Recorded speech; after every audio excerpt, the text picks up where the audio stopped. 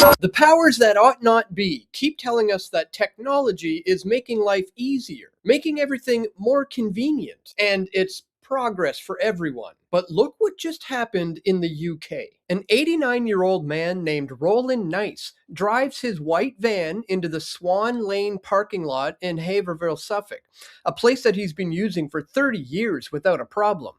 He pulls in, looks at the machines, and realizes that cash is no longer accepted. 2 years ago, he could drop $1.40 in cash for 2 hours and be done, but not anymore. You have to use an app. But Roland has a 20-year-old Nokia phone, and it's not a smartphone, just a basic phone that works for calls. He spends 8 minutes walking with a cane between machines trying to figure this out. He can't download the app and therefore can't pay, so he leaves. He drives around, finds some free street parking, goes about his business, and spends some money in some local shops. But then, just a few days later, he gets a fine for £100 for the crime of not being able to use a parking app on a phone from the year 2000 and for not being fully plugged in to their surveillance grid. He said it himself. "I've always been a cash man to pay for everything. Eventually, banks are going to work it so you have to do everything by card." The cameras show his arrival and departure time of 8 minutes because he was walking between machines trying to figure it all out, and for that, he was charged £100. He's frustrated, and rightly so, and so he appealed. But then he gets nothing but radio silence from Napier Parking. He tries to call them, but no humans answer the phone. It's just AI automated questions. This man spent £160 in local shops that day, supporting the very town that just fined him for not having a smartphone. Now, listen closely, because this isn't just about one pensioner getting clobbered with a fine. This is a snapshot of the system that they are building right before our eyes. This is the danger of a cashless society. When everything is digital, when every transaction requires an app or a phone or a card linked to a system that they control, anyone can be excluded from buying or selling at the flip of a switch. One wrong opinion, one refusal to comply, one social credit score that dips too low, and suddenly your digital wallet is frozen. You can't buy food, you can't pay rent, you can't park your car. You are locked out of the economy by remote control with no participation in society. The elderly or the poor, the independent or the dissenters, locked out of society overnight, while the globalists smile and call it progress. And it's already happening in small ways, with parking lots, shops refusing cash, or banks closing branches. Scale that up, and you've got total control. And it's accelerating towards the end game.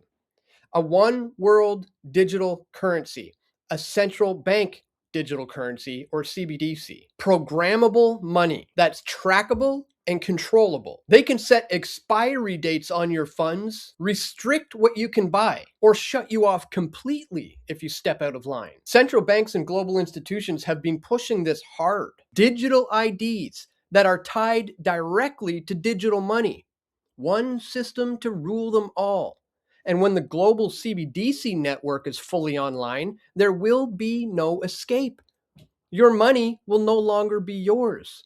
It will be a permission slip issued by the system. Now, listen very carefully once again, because the one group who has been warning about this for decades is not the politicians, it's not the economists, and it's not the mainstream media. It's the Christians.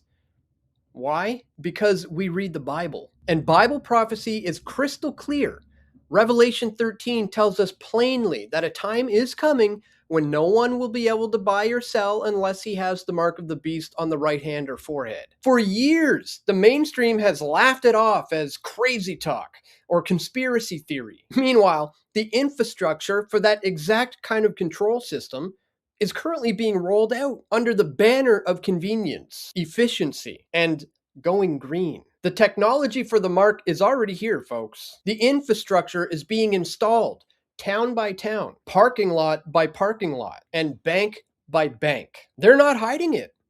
They're just calling it progress. So What do? Well, use cash as much as you can while you still can. Every time you pay with cash, you are voting against the system. You're keeping the alternative alive, and you're starving the digital control grid of the data it needs. And buy precious metals like gold and silver, real money that has been used for thousands of years, long before central banks or apps or programmable currency.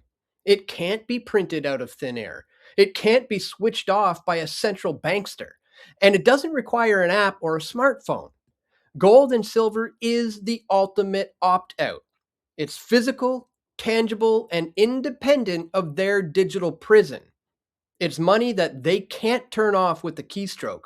Physical wealth that answers to no central banker and no globalist overlord. Nolan Rice got hit with a fine for the simple fact that he still lives in the real world instead of their digital one. So please share this video with everyone you know. Because if an 89-year-old man with an old Nokia can be fined and excluded today, tomorrow it will be you. This is not about parking. This is about whether free people will still be allowed to buy and sell without permission from the system. And the system is tightening. The window is closing. But the choice is simple. Stay free while you still can, or wait until the switch is flipped and discover you no longer have a choice at all. If you would like to protect your wealth with precious metals, please visit pressfortruth.ca/gold and book a call today so that you can get out of the dollar before they pull the rug to introduce their global CBDC. So that's all for today, guys. Thank you so much for watching. Be sure you subscribe if you're new here. Share this far and wide and click that thumbs up button and leave a comment. And stay tuned. I'm going to have more video reports coming soon, God willing. This is Dan Dix reporting for Press for Truth. We all want truth.